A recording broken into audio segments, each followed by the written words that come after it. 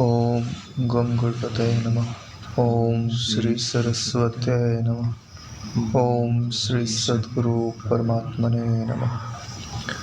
श्री योग वासिष्ठ महारामायण निर्वाण प्रकरण 49वां सर्ग 14वां श्लोक है। इसमें बताते हैं कि तत्वज्ञानी पुरुष जागृत अवस्था में भी सुषुप्ति में ही स्थित रहता है, क्योंकि उस समय भी उसे भासित हो रहे पदार्थों की अनेकता क्षण मात्र आत्मा में ही लीन हुई रहती है। यहाँ पे यह बात बता रहे हैं कि जो तत्वज्ञानी महापुरुष होते हैं उन्हें तो अपने स्वरूप का साक्षात्कार होता है। अपने स्वरूप के साक्षात्कार के लिए जो अंतिम निश्चय होता है वो यही होता है कि आत्मा के सिवाय न बाहर कोई वस्तु है न भीतर ही कोई वस्तु है। एक आत्म तत्व जो शाश्वत है, ज्ञान रूप है और आनंद से पूर्ण है, उसी की सत्ता है, उसके सिवाय दूसरी कोई वस्तु नहीं है। इसीलिए बोल कि जब वो उपलब्ध होता है वह तत्व, तो यह जगत शून्य रूप हो जाता है। तो सबसे पहले यह शून्यता भीतर में अनुभव में आती है।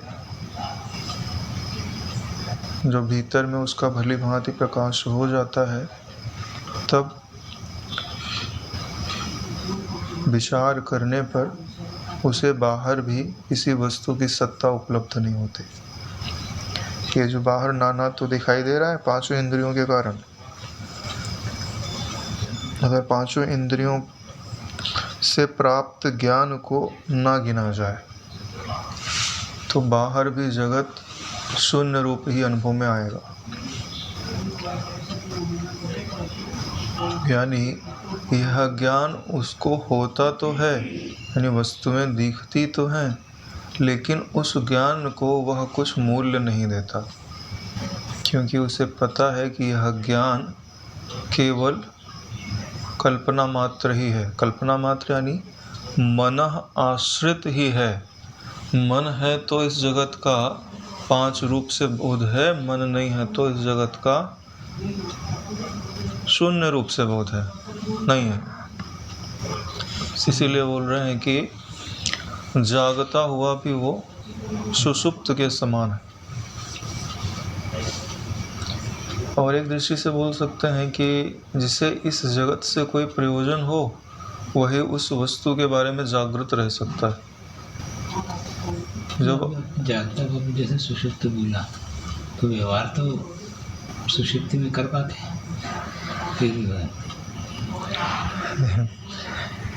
मतलब व्यवहार करेगा, चलेगा, लेगा, देगा, बोलेगा, लेकिन जब ये बात बताई जाती है ना कि सुषुप्त सा रहता है, तो यह स्वरूप की दृष्टि से बोला जाता है। उसका जो अहम है वह भली भांति उस तत्व में स्थिर हो गया है।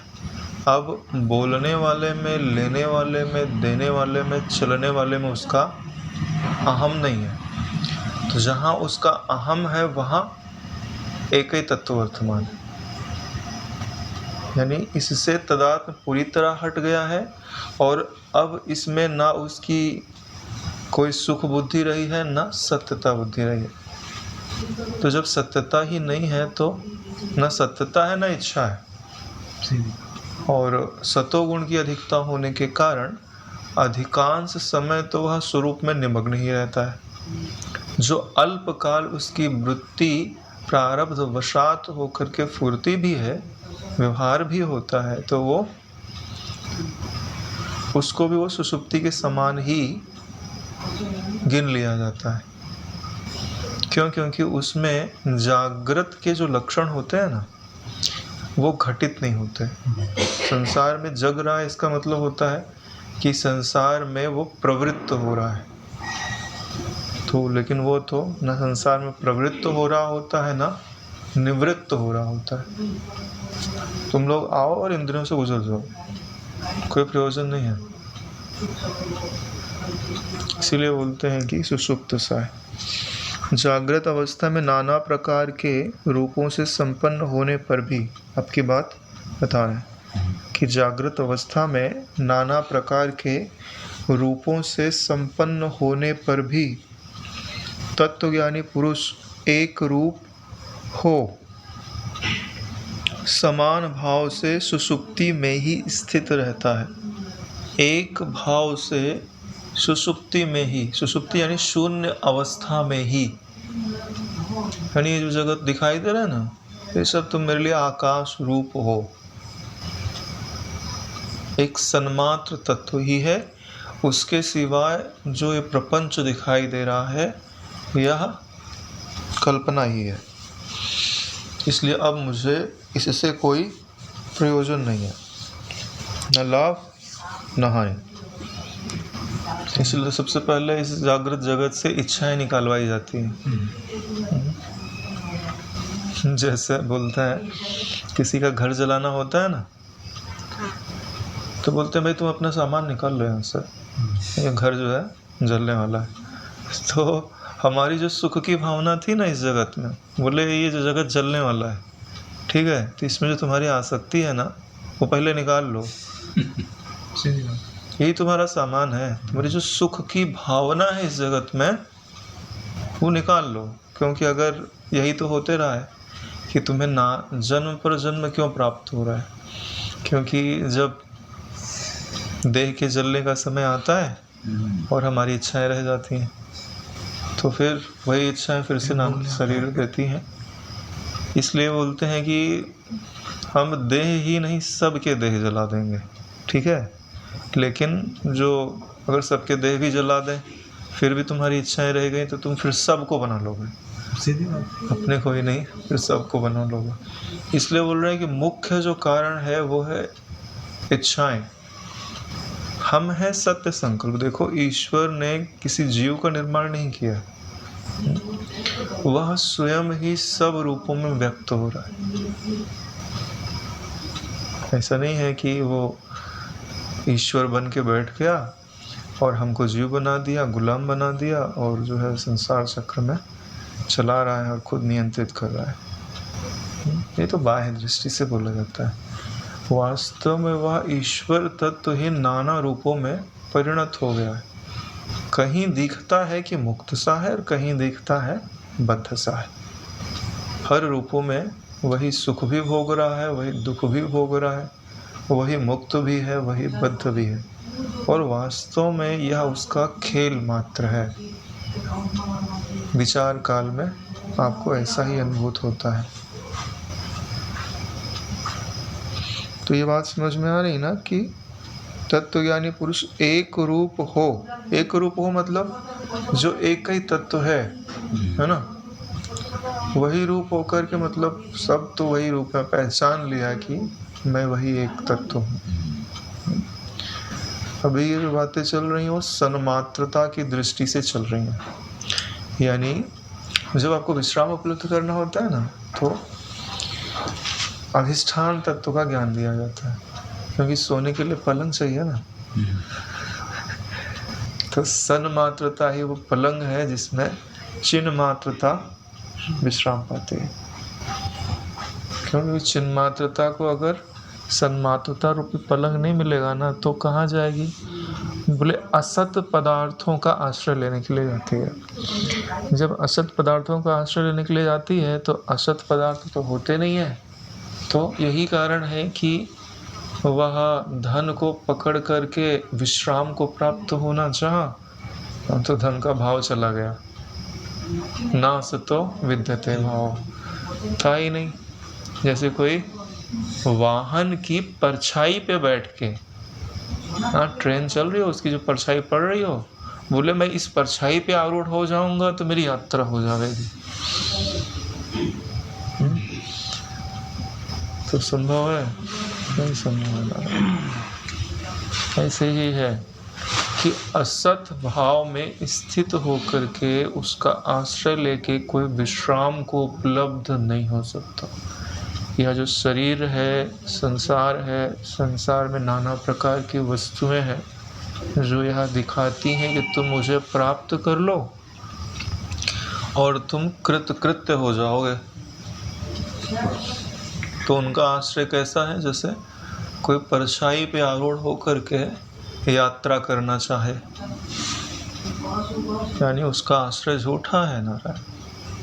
और ये हमारे स्वयं के अनुभव से सिद्ध है, महापुरुषों के वचनों से सिद्ध है और शास्त्र के प्रमाण से सिद्ध है। तीनों जन ये बात बता रहे हैं। क्योंकि उसकी अनेकता सन्मात्र आत्मा में ऐसे लीन रहती है, क्योंकि उसकी अनेकता सन्मात्र आत्मा में ऐसे लीन रहती है जैसे नाना प्रकार के सुवर्ण के आभूषण सुवर्ण के पिंड में सन्मान का जब संधिविक्षेप करते हैं तो वो आता है सत्व मात्र। सत्व जो तत्व होता है,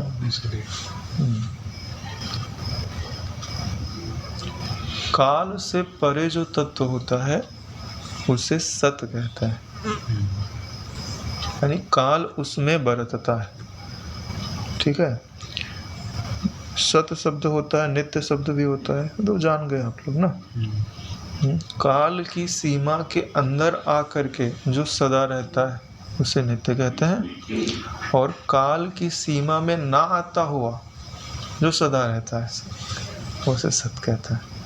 तो नित्य काल की सीमा वाला नित्य जो काल की सीमा में आता है, और जो नहीं आता वो सत। यानी काल जो है वो सत वस्तु में कल्पित होता है। लेकिन नहीं, काल में मतलब जो नित्य वस्तु होती है वो काल के अंदर में आई तो वो नित्य कैसे हो? वो भी तो सत्मात्म जैसा नहीं हो, ऐसा मेरी समझ से।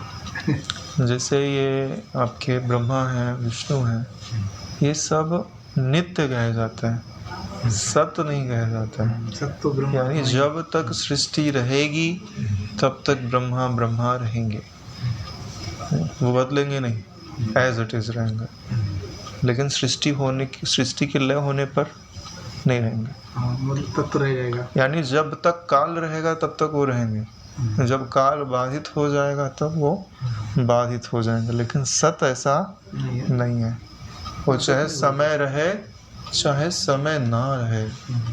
यानी आप बोल दो कि नित्य वस्तु का भी जो अधिष्ठान है वह सत कहलाता है।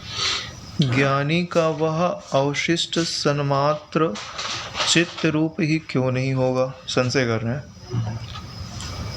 ज्ञानी का वह अवशिष्ट सन्मात्र, यानी जिस सन्मात्र की बात यहाँ बता रहे हैं, संशय कर रहे हैं कि क्या वह चित्त रूप हो सकता है? क्योंकि चित्त के रहने पर ही चिति की अभिव्यक्ति प्रसिद्ध है। और चित्त नहीं हो तो पता कैसे चलेगा कि चिति है कि नहीं है, ईश्वरन है कि नहीं है? ईश्वरन तो तभी पता चलता है जब नाम रूप से संयुक्त हो तभी, और नाम रूप से संयुक्त जो ज्ञान है उसी को तो चित्त बोलते हैं। चित्त का नाश होने पर उसकी स्थिति नहीं रहती, यानी चिति का अनुभव नहीं होता ना, चित्त का नाश हो गया तो। चिति में नाम रूप नहीं होता, चित्त में नाम रूप होता है ऐसा। चिति कारण है, कारण में नाम रूप नहीं कहा जाता। किस में कहा जाता है? कार्य में। चिति कारण है, चित्त उसका कार्य है। चिति जैसे ईश्वर है ना, चिति ईश्वर भी बोलते हैं। चिति बोलते हैं महामाया को, माया शक्ति जो ब्रह्म की है, ईश्वर की है, उसी को चिति बोलते हैं। प्रकृति जब आप उसको भागवत आदि में जाएंगे तो उसी को प्रकृति बोलेंगे। यहाँ कहीं प्रकृति शब्द आता है अपने में? नहीं, जल्दी नहीं आता है। तो भागवत में मतलब भागवत में जानवा भक्ति परक जब शास्त्र होते हैं ना, अच्छा, तो वहाँ प्रकृति शब्द उपयोग में ज़्यादा लाया जाता है। अच्छा, इसी में जिस शब्द का वहाँ, इसको वहाँ प्रकृति शब्द से बोलते हैं, उसी को यहाँ चिति शब्द से बोलते हैं। ज्ञान में चिति बोलते हैं या माया शब्द से बोलता है। हर ग्रंथों का अपना एक शब्द होता है उस बात को कहने के लिए। जब प्रकृति शब्द आएगा तो उसके साथ में पुरुष शब्द आएगा। प्रकृति और पुरुष का विवेक किया जाता है। ब्रह्म के साथ माया शब्द आता है, क्योंकि ब्रह्म सत्य है और माया विचार काल में प्राप्त नहीं होती है। तो ये आशंका हमने समझ लिया। तो क्या चित्त रूप है? इसका उत्तर देते हुए कहते हैं, यदि अन्यथा स्वभाव जाड्य में स्थित ज्ञानी का अहंकार सहित सारा विश्व और चित्त विलीन हो जाता है, तब तो वह ज्ञानी जड़ सन्मात्र रूप से अवशिष्ट रह जाता है, ऐसा कह रहे हैं। लेकिन ऐसा है नहीं।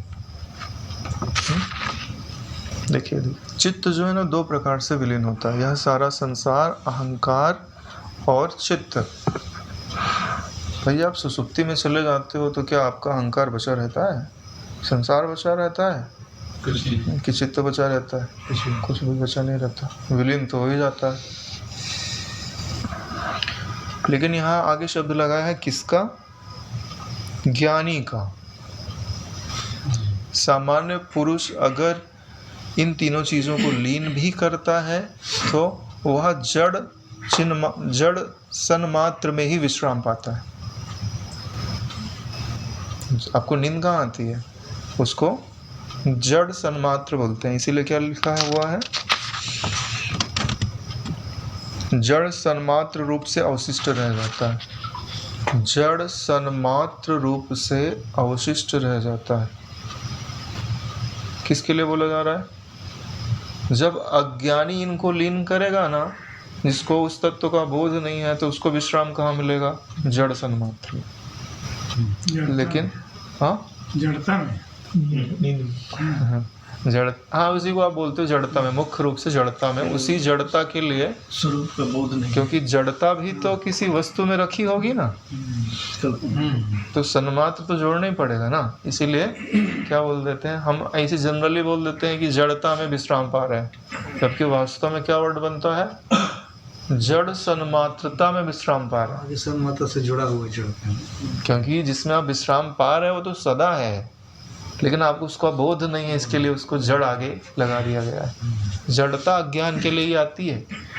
जब आपको पता नहीं चले तो जड़, पता चले तो चेतन, इतने ज्ञान है। उसी के कारण तो ज्ञान नहीं होता। यदि वो जड़ता नहीं होती तो वही ज्ञान हो जाता। मगर ज्ञानी के संदर्भ में यह बात नहीं है। यहाँ तो बात यह है कि यथाभूत चिद एक स्वभाव में स्थित। यथाभूत का अर्थ होता है कि जैसा होना चाहिए वैसे। चिद एक स्वभाव में स्थित। देखो जो चिद होता है ना, उसके आगे एक शब्द लगाया जाता है। क्यों लगाया जाता है? क्योंकि सबसे ज़्यादा जो भ्रम खड़ा किया वो चिद ने खड़ा किया है। तो चिद क्या चित्ती से अलग है कि चित्ती क्या है नाम? चिद, चिदाभास का नाम चिद। चिद यानी होता है ज्ञान। ठीक है? जो प्रतीत होने वाले ज्ञान को प्रकट करने वाली है उसे चिति बोलते हैं। जो ज्ञान होता है, जो प्रकट और अप्रकट से अलग है, उसको चिद बोलते हैं। और ऐसा ज्ञान जो प्रकट होता है यानी नाम रूप से संयुक्त है, उसी को चित्त बोलते हैं। क्लियर हो गया? इसको आप एक बार लिख लीजिएगा। जो भी शब्द आते हैं ना, अगर आप नोटबुक बना के काम नहीं करोगे तो नारायण नहीं क्लियर नहीं होगा, कभी क्लियर नहीं होगा। चिद है, चिति है, चित्त है, चैतन्य है, चिदावली है, चिदाभास है। इन सब की एक डिफिनीशन एकदम क्लियर वाली अपने नोटबुक में रखो कि भाई कुछ भी मिश्रित नहीं होना चाहिए, और उनका अर्थ वेदांत में क्या समझा जाता। तो बोल रहे हैं कि चिद, बात चल रही थी कि चिद के साथ एक शब्द क्यों लगाया जाता है? क्योंकि ये जो आपको नाना तो भाषित हो रहा है, किस में भाषित हो रहा है? चिद में नारायण, एक ज्ञान ही था लेकिन उसमें नानात्व आ गया। हाँ, तो दूषित किसको किया गया? आपके ज्ञान को किया गया। तो शोधित किसको किया जाता है? आपके ज्ञान को ही शोधित किया जाता है कि नारायण ज्ञान और ज्ञान में अलगाव नहीं हो सकता, क्योंकि ज्ञान और ज्ञान दो नहीं हो सकते। हो सकते हैं क्या? आँख का ज्ञान और नाक का ज्ञान अलग अलग है क्या? विषय अलग अलग है, ज्ञान अलग नहीं है। इसीलिए एक शब्द लगाकर क्या बता रहे हैं कि जो अलगाव वाला ज्ञान है वो नहीं, एकत्व वाला ज्ञान। चिद एक रस और वो आनंद रूप है। इसलिए लिखा हुआ है चिद एक रस स्वभाव में स्थित ज्ञानी का अहंकार सहित संसार और चित्त तत्व ज्ञान से विलीन हो जाता है। सामान्य पुरुष का ऐसे ही विलीन हो जाता है, और ऐसे ही का मतलब सुषुप्ति में चला जाता है। जब भोजन आदि करने पर नाड़ियाँ में भोजन जा कर के रस भर जाता है तो फूरने की जगह नहीं मिलती है। फूरने की जगह नहीं मिलती है तो चित्त वहीं पे सो जाता है। जब वो रस आदि पच जाते हैं तो फिर से जगह बनती है उसके फूरने की। अब बोलो यार ये फूरने की जगह, ये सब कैसे बात समझ में आएगी?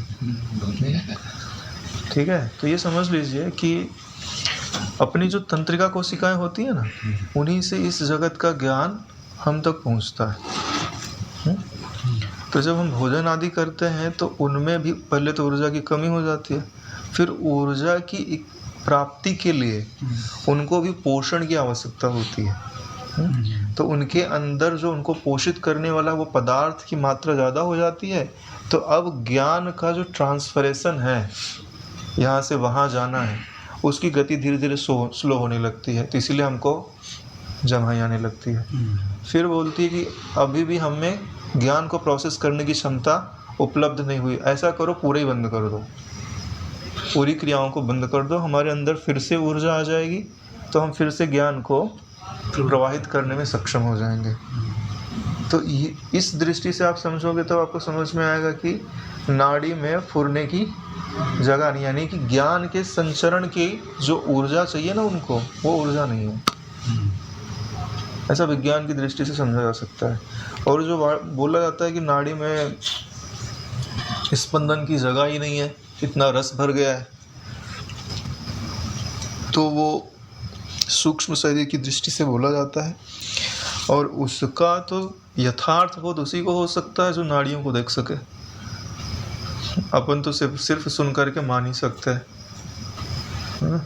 क्योंकि मणिपुर चक्र की सिद्धि होवे तो फिर उस चक्र पे ध्यान लगा के देखे कि भाई कितनी नाड़ियां हैं और कौन सा रस किस में जाकर के भर गया है और कैसे चित्तवृत्ति अवरुद्ध हो गई है।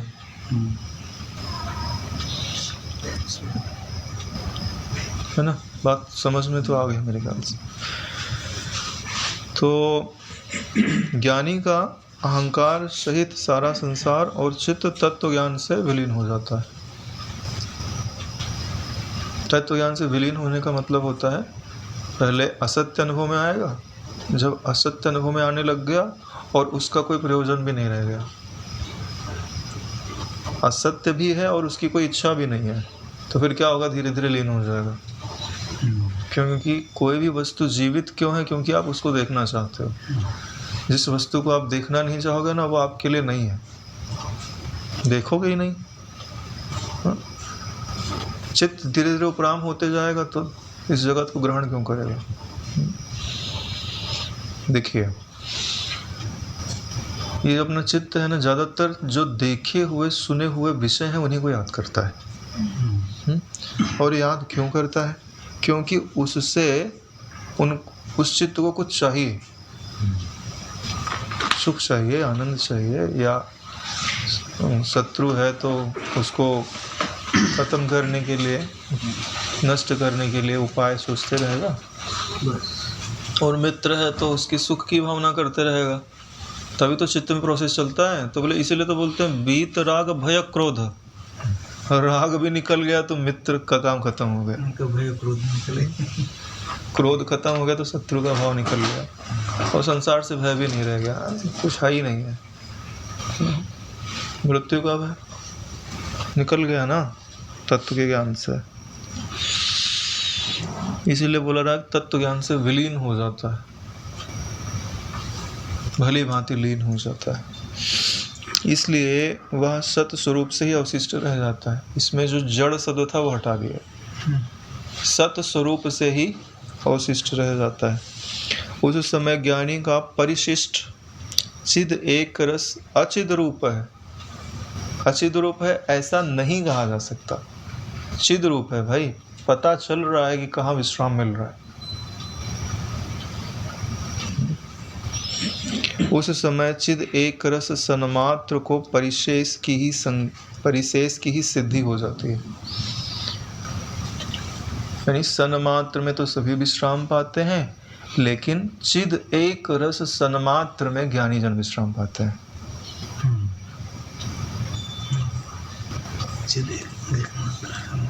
अब आगे संशय उत्पन्न करते हैं कि यदि सन्मात्र रूप सबका स्वरूप है तो फिर वह सबको सुलभ क्यों नहीं हो रहा है। यदि सन्मात्रता ही सबका स्वरूप है तो सबको उपलब्ध क्यों नहीं हो जा रहा है। यदि यह आशंका हो तो उसका उत्तर यही है कि ऊंच नीच विषयों में बुद्धि की चंचलता के कारण, ऊंच नीच विषयों में बुद्धि की चंचलता के कारण स्थिरता का अभाव होने से वह स्वरूप सबको सुलभ नहीं है। बुद्धि चंचल है,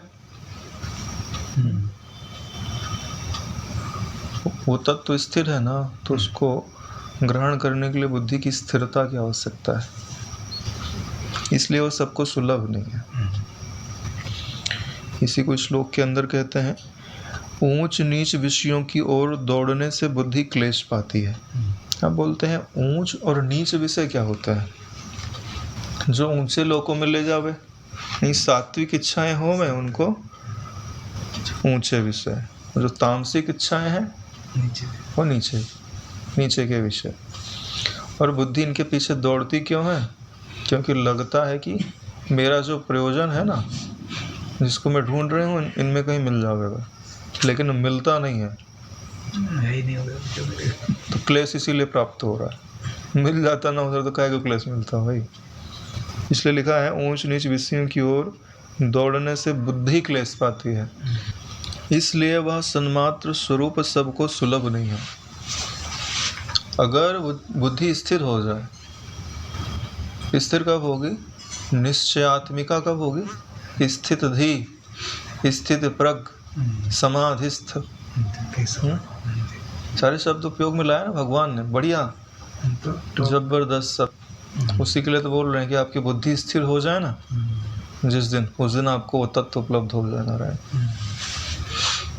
पहले तो सही बात समझ में ही नहीं आती है, अब जब बात समझ में आने लगती है ना, तब जो पहले के अभ्यास हैं उनके कारण जो शरीर में विक्षेप आ गया है कि जैसे अब हम सीधे बैठ ही नहीं पाते, या हम चाहें भी तो एक आसन में ज़्यादा देर बैठ नहीं पाते, तो शरीर की स्थिरता नहीं है।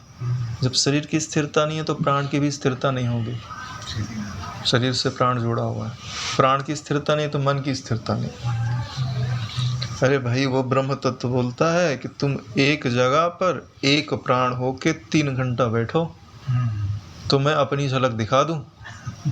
आनंदता की, चित्रूपता की झलक देखने के लिए जरूरत नहीं है 3 घंटे की, सन्मात्रता की भी झलक देखने के लिए 3 घंटे की जरूरत नहीं है, लेकिन दोनों की एकता की झलक देखने के लिए, सत और चित्त की एकता की झलक देखने के लिए 3 घंटा चाहिए।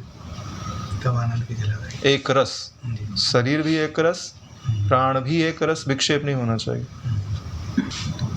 3 घंटे में प्रकट हो जाता है। देखिए फिर जो समाधि के विघ्न है ना, वो आने नहीं चाहिए।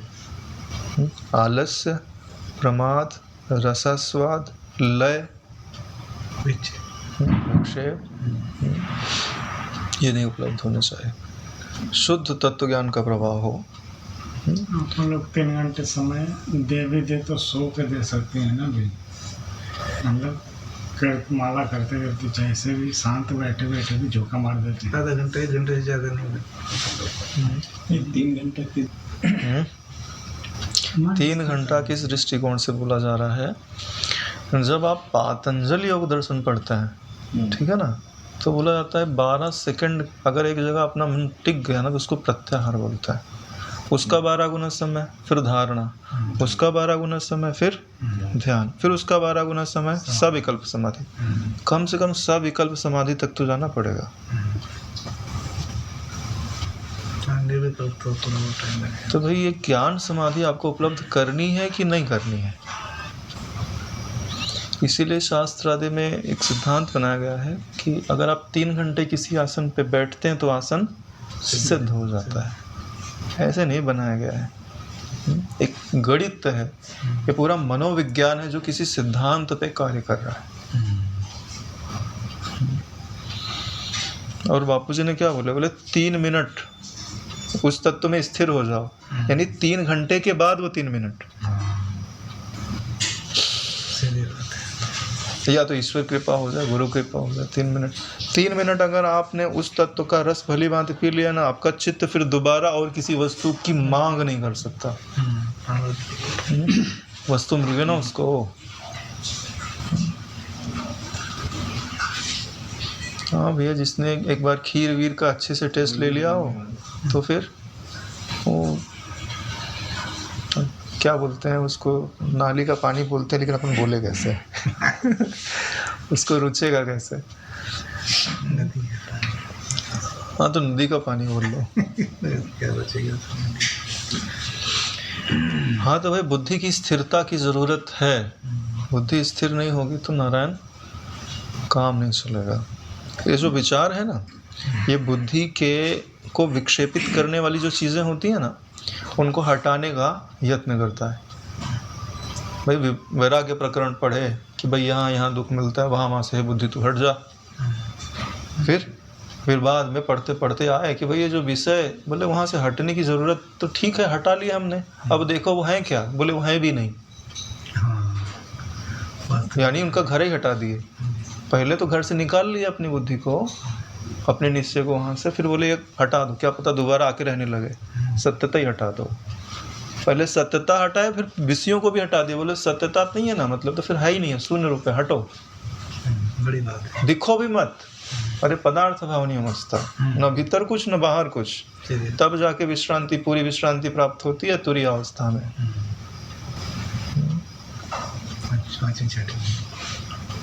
देखो जो चौथी भूमिका वाला है ना, वो तत्वज्ञ है।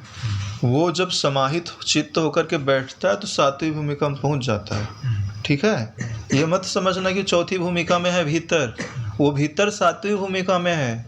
जब वो व्यवहार काल में आता है तो चौथी भूमिका में काम करता है। और प्रारब्ध के वश होकर के अगर उसको बाहर कोई काम धंधा नहीं दिया गया ना ईश्वर शक्ति के द्वारा, तो बाहर भी भूमिका बढ़ना चालू।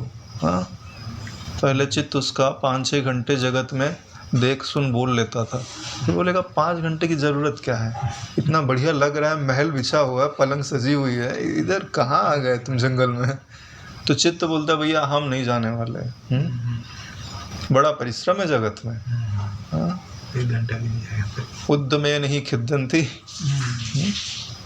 निमेषयो अन्मेषयो अपि तस्य आलस्य धुरीणस्य सुखम नास्य कस्यचित्। जिसको अपना पलक उठाने में भी बोले कितना परिश्रम हो रहा है, ऐसा जिसको अनुभव आता है उसी को सुख है। ऐसे ज्ञानवान को ही सुख है। ज्ञानवान बोल देते नहीं, पता चला कि। लेकिन देखो माया शक्ति बड़ी प्रबल है। तुम सोचो ना कि मैं सो करके विश्रांति प्राप्त कर लूँ तो नहीं चलेगा, सपना लाके खड़ा कर देते हैं। हाँ तो तुम बोले इस जगत से भाग के कहाँ जा रहे हो, हम एक और जगत दे देते हैं। यानी रास्ता नहीं है, सुसुप्ति की तरफ विश्रांति प्राप्त करने का कोई रास्ता नहीं है। धीरे धीरे युक्ति का अभ्यास करने से सत्य अर्थ अवगत हो जाता है। युक्ति बता रहे हैं, पहले बोल दिए कि बुद्धि जो है अगर ऊंच नीच विषयों में भागती रहेगी तो वहाँ क्लेश मिलेगा, और ऐसी अस्थिर बुद्धि सन्मात्र तत्व में विश्रांति को उपलब्ध नहीं हो सकती है। तो बोलते हैं युक्ति क्या है? बोले धीरे धीरे अभ्यास करें। धीरे धीरे युक्ति का अभ्यास करने से सत्य जो अर्थ है वो अवगत हो जाता है। बोलते हैं युक्ति कौन सी है? उस युक्ति में विचार ही बताते हैं कि ऐसा विचार करो, उस विचार की धारा में अपने चित्त को प्रवाहित कर दो।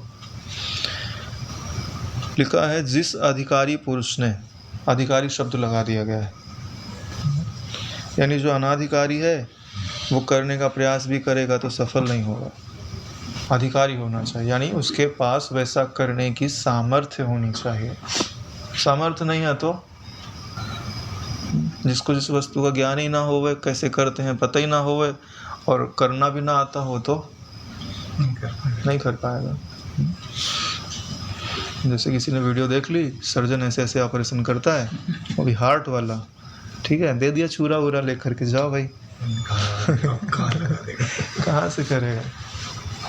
क्योंकि सूक्ष्म ज्ञान नहीं है ना, स्थूल ज्ञान से काम नहीं चलता।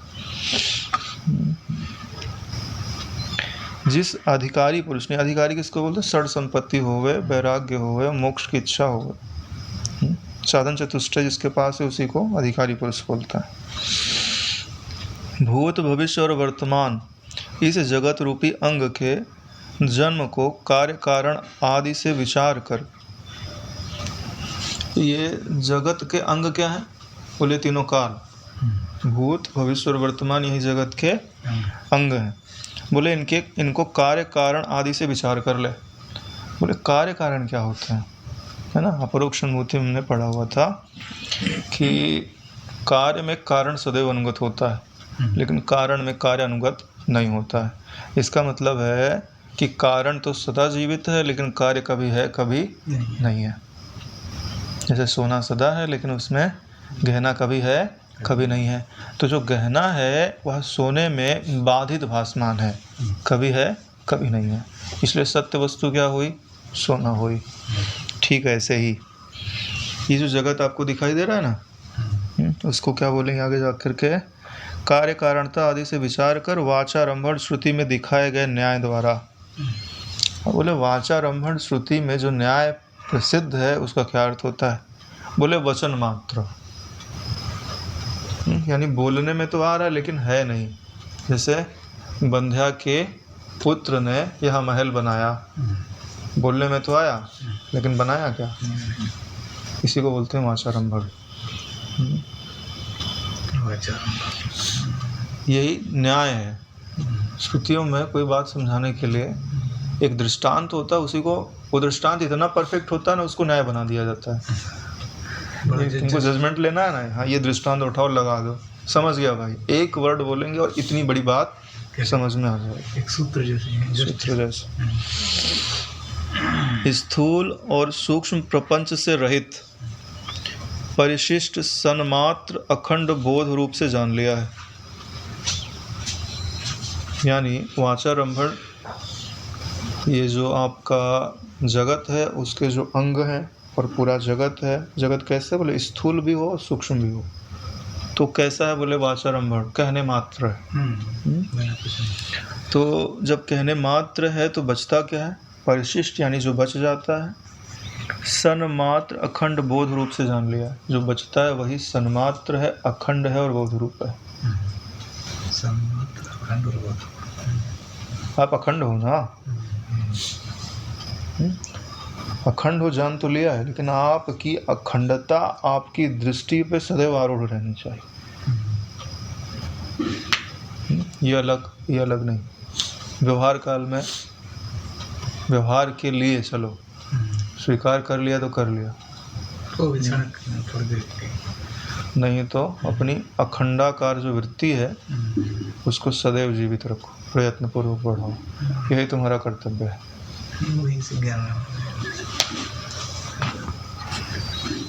वही सचमुच तत्वज्ञानी है। जैसे समझता है ना, वही सचमुच तत्वज्ञानी है। तथा उस द्वैत शून्य उपशांत ज्ञानी पुरुष की दृष्टि में यह संसार है ही नहीं। उस द्वैत शून्य दिखता है तो भी द्वैत नहीं है। जिसको सपने के अंदर पता चल जाना सपना है, उसको सपने में कोई दुख नहीं है। स्थिति में होते हुए भी नहीं मत। तो स्वप्न की धारणा करनी चाहिए। एक सत्संग है बापू जी का, तो 2 महीने कोई करे, 3 महीने 3 महीने चलो 3 महीने को बोले तत्व ज्ञान के एकदम नज़दीक पहुंच जाएगा। क्या बोलना है? सब स्वप्न ही है।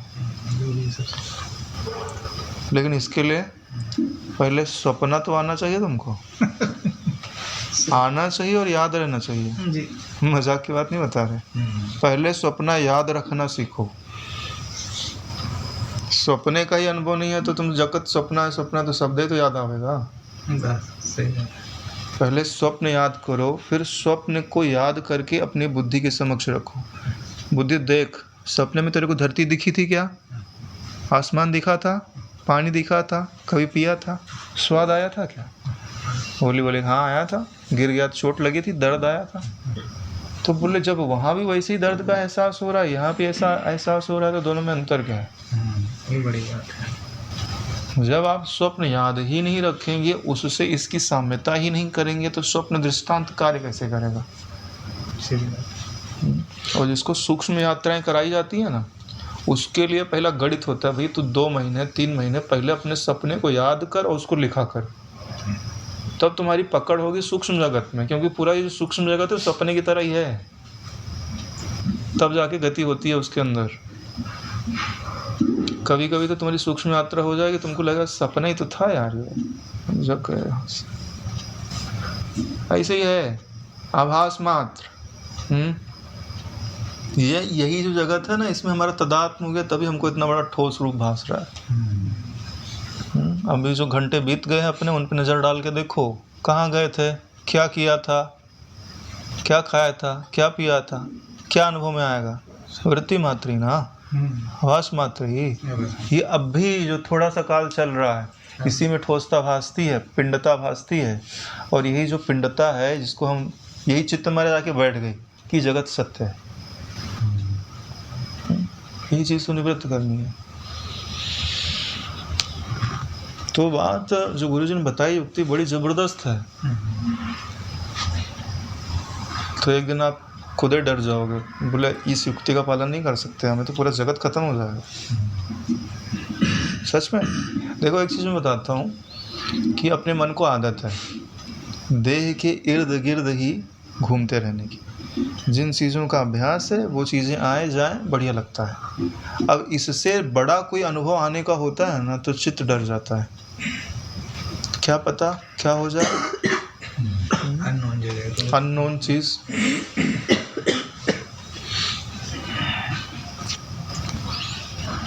सभी उपदेशों का जो तत् असंभावनांश के व्यावर्तक हैं। व्यावर्तक का अर्थ होता है हटाने वाला है, यानी जो तत्व यानी वो जो परमात्मा है, उसका जो असंभावना है उसको हटाने वाली जो युक्तियाँ हैं, उससे उस तरह के अनुभव में ही पर्यवसान है। यानी कि वो जो अनुभव प्रदान कर रही हैं, पर्यवसान माने स्थित होना, स्थिरता प्रदान करना या शांत हो जाना। अवसान माने क्या होता है? खत्म हो गया। पर्यवसान मतलब पूरी तरह शांत हो गया। इसी को बोलते हैं पर्यवसान हो गया, यानी भली भांति उसी में स्थिर हो गया, शांत हो गया, है ना। तो ये जितने भी आपको उपदेश दिए उस तत्व को समझाने के लिए, उसमें स्थिर करने के लिए, वो आपको जो दुनिया पर के आपके बुद्धि में विकल्प हैं, उन सारे विकल्पों के व्यावर्तक हैं, उनको भली भांति हटाने वाले हैं। व्यावर्तक शब्द क्यों बना गया पता है? क्योंकि ये जो विकल्प है हमारी बुद्धि में बार बार आते हैं। आवर्तक,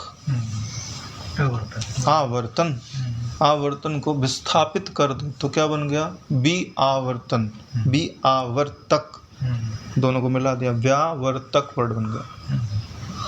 अलग करके देखो, बोले यार ये तो हम तो पहले ही जानते थे, लेकिन देखने में वर्ड कितना लग रहा है, बड़ा कठिन सा। हे रामचंद्र जी, पूर्वोक्त ये सभी मेरे विशेष रूप से उपदेश साधु पुरुषों की कथा की तरह ज्ञानी के अनुभव में स्वतः आ जाता है। यानी पहले जो इन्होंने ज्ञान सुनाया हुआ है वो ज्ञानी के अनुभव में स्वतः यानी आराम से, जैसे बिना किसी प्रयास के आके स्थिर हो जाते हैं। उदाहरण क्या दिया हुआ है, साधु पुरुष की कथा की तरह। जैसे कथा सुनाई जाती है ना, तो ग्रहण करने में कोई परिश्रम होता है?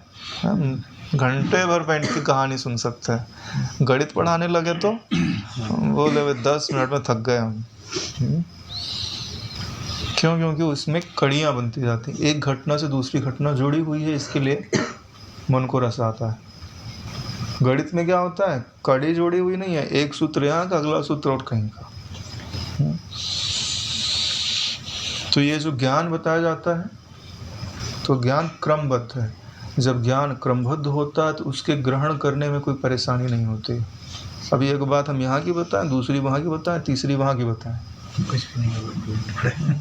कुछ समझ में नहीं आएगा। सुन तो लेंगे, बढ़िया बढ़िया बोल देंगे, लास्ट में देखेंगे हाथ में क्या आया, कुछ समझ में नहीं आया। कौन सी बात कहाँ निकली, योग की बात थोड़ी बड़ी बताई और फिर बताया नहीं कैसे करते हैं, फिर ज्ञान की बात पकड़ लिया। ज्ञान की बात कहाँ से शुरू होती कहाँ ख़त्म होती वो नहीं बताया, फिर भक्ति की बात पकड़ लिए। तो ये बात क्या होती है कि जो उनका चित्त बहुत भटक रहा है ना, उनके चित्त को केवल आकर्षित करने के लिए, कहीं दिशा में लगाने के लिए नहीं, अपने पास बिठाने के लिए ऐसी बातें बोली जाती हैं। जब ऐसा बोला कब जाता है, जब जाहिर सत्संग होता है ना, और देखते यार कोई सुन तो रहा नहीं है, ठीक है। जब कोई सुन नहीं रहा है ना, तो बातें भी वैसी बताई जाती हैं, हाँ, कि बस कोई भटकता चित्त हो तो शब्द से आकर्षित भर हो जाए। जब गंभीर विषय चलता है, गंभीर तत्व का निश्चय करना होता है, तो एक बारीक बात भी बताई जाती है इसके विषय में, तब वो ग्रहण होता है। जैसे आपको मास्टरी करनी हो किसी विषय में, जैसे आपको सर्जन बनना हो, हाँ? अरे नारायण, एक नस, उसकी भी छोटी सी नस भी बताई जाती है, कहाँ होती है, कैसे उसको देखा जाता है, और उसको अगर अपन ने वहाँ से हटा दिया क्या प्रभाव पड़ेगा शरीर पर। हर एक चीज़ का उसको ज्ञान दिया जाता है, सूक्ष्म विश्लेषण। और लेकिन किसी को खाली बताना ही हो कौन कहाँ, हाँ भाई यहाँ से हो जाती, हो गया खत्म। क्योंकि उसके बारे में उसको पीएचडी नहीं करनी है, मास्टरी नहीं करनी है, उसका इलाज करना नहीं सीखना है, उसको खाली जानना है। तो जानने के लिए तो इसे बताया जाता है। तत्वबोध जिसको उपलब्ध करना है, उसको एक बारीक बात का भी ध्यान रखना पड़ता है, सूक्ष्म बुद्धि होना पड़ता है। दूसरी युक्ति बताते हैं, 4 तरह के प्राणी समूहों तथा पृथ्वी आदि महाभूतों का एक एक अवयव तथा एक एक गुण के विवेचन करके देखने पर इन दृश्य पदार्थों की परमाणु भाव में विश्रांति न होने से इन सभी जीवों में ना तो पिंडता है और ना प्रत्यक्ष आदि के असंभव से शून्यता ही है। अर्थात ना तो इन सब जीवों की कोई मूर्ति है, ना ये सब शून्य रूप ही है। तो 4 प्रकार के प्राणी कौन कौन से होते हैं? उद्भिज, सूर्यदश, अंडज और जरायुज। और पृथ्वी आदि 5 महाभूत आप जानते ही हैं। इनके एक एक अवयव, यानी किसी भी को पकड़ो, एक ही पिंड को पकड़ो और उसके सारे अवयवों को देखो, तो बोलते हैं कि अगर आप विश्लेषण करोगे तो क्या पाओगे? चलो व्यक्ति का ही विश्लेषण कर लो, शरीर के सारे अंग, ठीक है। फिर विश्लेषण करो, क्या मिलेगा? बोले हाथ में क्या है? बोले रक्त है, हड्डी है, मांस है, चमड़ा है, मेद है। बोले चलो हड्डी को पकड़ लो। हड्डी किससे बनी हुई है? कैल्शियम कार्बोनेट, और उसके अंदर जो भी और चीज़ें हैं, तोड़ते जाओगे अंत में क्या मिलेगा? परमाणु। तो परमाणु भी तो किसी से बना होगा ना, शाश्वत तो नहीं है। तो इसीलिए बोलते हैं परमाणु भाव में विश्रांति ना होने से, यानी अभी भी परमाणु अनुभव में आ रहा है और वह भी परिवर्तनशील है। परमाणु शाश्वत नहीं है, परिवर्तनशील है नारायण, उसको ऊर्जा में रूपांतरित किया जा सकता है। तो इसीलिए बोलते हैं परमाणु भाव तक पहुंचने के उपरांत भी विश्राम नहीं प्राप्त हो रहा है, यानी हमारी जो खोज की लिंक है वो खत्म नहीं हो रही है। तो बोले इसी कारण जीव में पिंडता नहीं हो सकती, क्योंकि परमाणु का होना भी स्थिर नहीं है। इसलिए जो आप ये पिंडता देख रहे हो ना, ये बोल दिया जाता है कि परमाणु से बने हैं इसलिए पिंड है, लेकिन परमाणु स्वयं स्थिर नहीं है, तो इनकी पिंडता आप कैसे कहिए? बोले जब पिंडता नहीं है तो बोले शून्य रूप है क्या? बोले शून्य रूप भी नहीं है। बोले क्यों? बोले प्रत्यक्ष दिखाई देता है। दोनों चीज़ का खंडन कर रहे हैं, अशून्यता का और शून्यता का, यानी दोनों रास्ते बंद कर दिया। ना ये शून्य रूप है ना ये अशून्य रूप है। तो है क्या भाई? कहना क्या चाहते हो तुम, है ना? बोले हम कुछ कहना नहीं चाहते, हम तुम्हारी दृष्टि को वापस लौटाना चाहते हैं। जहाँ तुम जा रहे हो ना, वहाँ तुमको कोई आश्रय नहीं मिलने वाला है। अगर शून्यता को पकड़ लोगे तो बौद्ध में फंस जाओगे, अशून्यता को पकड़ लोगे तो चार्वाक मत में फंस जाओगे। बोले दोनों सत्य नहीं है, दोनों को हटाओ। इनको जो देखता है वो क्या है? इसलिए बोलते हैं कि इन दोनों के ना रहने से संपूर्ण विकल्पों का नाश हो जाता है। जो देखने वाला है उनमें इन दोनों का अभाव है। जब उसमें आप चले जाओगे तो सारे विकल्प खत्म। दृष्टा के अंदर, चित्त के अंदर का नाश हो जाने के कारण विकल्पों के अधीन स्थिति वाला मन भी नहीं है। दृष्टा के अंदर मन रहता है क्या?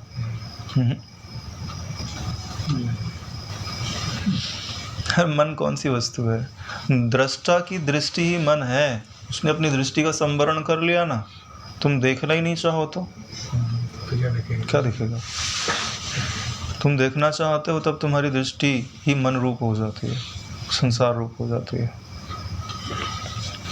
इसलिए निर्विकल्प सन्मात्र रूप स्फुरण ही अवशेष है। निर्विकल्प सन्मात्र स्फुरण ही अवशेष है, उसमें विकल्प नहीं है। विकल्प किसमें होता है? अरे भाई जहाँ संभावना हो कि ये है कि ये है कि ये, ऑप्शन ही नहीं है, वही है, तो इसलिए वहाँ कोई विकल्प नहीं है। ठीक है, सन्मात्र स्फुरण ही अवशेष रहता है। स्फुरण करते यहाँ ज्ञान के लिए आया है, यानी मैं तो हूँ तो स्फुरण तो है, तो उसी स्फुरण को ज्ञान हो रहा है। क्या ज्ञान हो रहा है? कि मैं सन्मात्र हूँ, निर्विकल्प हूँ। हे रामचंद्र जी, वही आपका पारमार्थिक रूप है। वही आपका पारमार्थ कर समझते हैं ना, परम अर्थ को सिद्ध करने वाला, जो आपका परम प्रयोजन सिद्ध कर दे, इसलिए उसको बोलते हैं पारमार्थिक। और वही आपकी अंतिम स्थिति है। अंतिम स्थिति यानी चरमोत्कर्ष, यानी इससे ज़्यादा आप उन्नत नहीं हो सकता। सर्वोत्तम गति है। यद गत्वा न निवर्तन्ते तत् धाम, वही धाम है। इसी को वैकुंठ बोलते हैं।